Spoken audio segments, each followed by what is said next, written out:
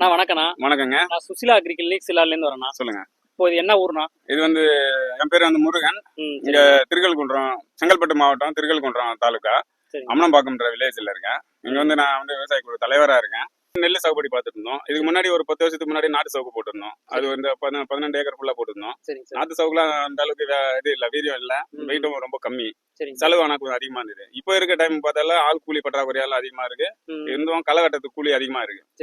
ஒரு நாளைக்கு பாத்தீங்கன்னா 300 ரூபா 350 ரூபா வரைக்கும் களை கூலி ஆகி போகுது. ஒரு நாளைக்கு ஒரு ஆளுக்கு 300 ரூபா 350 ரூபா அது மாதிரி ஆகி போகுது. அது இப்ப பாத்தீங்கன்னா நம்ம கண்ணு நடத்துக்கு முன்னாடியே ஒரு 4-5 நாள் முன்னாடியே நம்ம வந்து களைக்குள்ள ஈரப்பதம் பார்த்து அடிச்சு விட்டோம்னா 60 நாள் கிட்டத்தட்ட வந்து தண்ணி 60 நாள் வரைக்கும் களை வந்து நல்லா கண்ட்ரோலா இருக்கான். இன்னும் ஒரு 170 கிலோமீட்டர் டிஸ்டன்ஸ் இருக்கு. அதனால வந்து அவங்க கொரியர் பிரச்சனை இருக்கிறதுனால நம்ம வர புதன்கிழமை கண்ணு போடத்தான் இருக்கு.